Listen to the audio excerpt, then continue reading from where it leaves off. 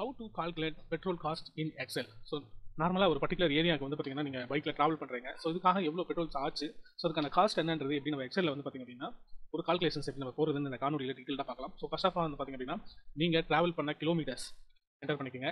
So அதே மாதிரி உங்களோட பைக் பர் லிட்டர் மைலேஜ் வந்து எவ்வளோ கொடுக்கும் அப்படின்றது இருக்குது. ஸோ நான் வந்து பார்த்தீங்கன்னா பர் லிட்டருக்கு 40 கிலோமீட்டர்ஸ் மைலேஜ் வந்து கொடுக்கும்.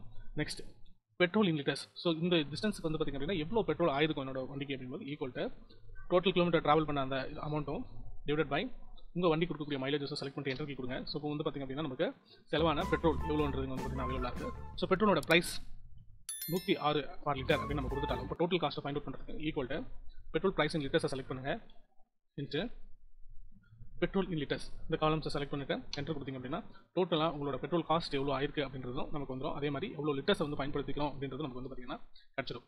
இந்த வீடியோ உங்களுக்கு பிடிச்சினா நம்ம சேனலை தொடர்ந்து ஃபாலோ பண்ணுங்கள்.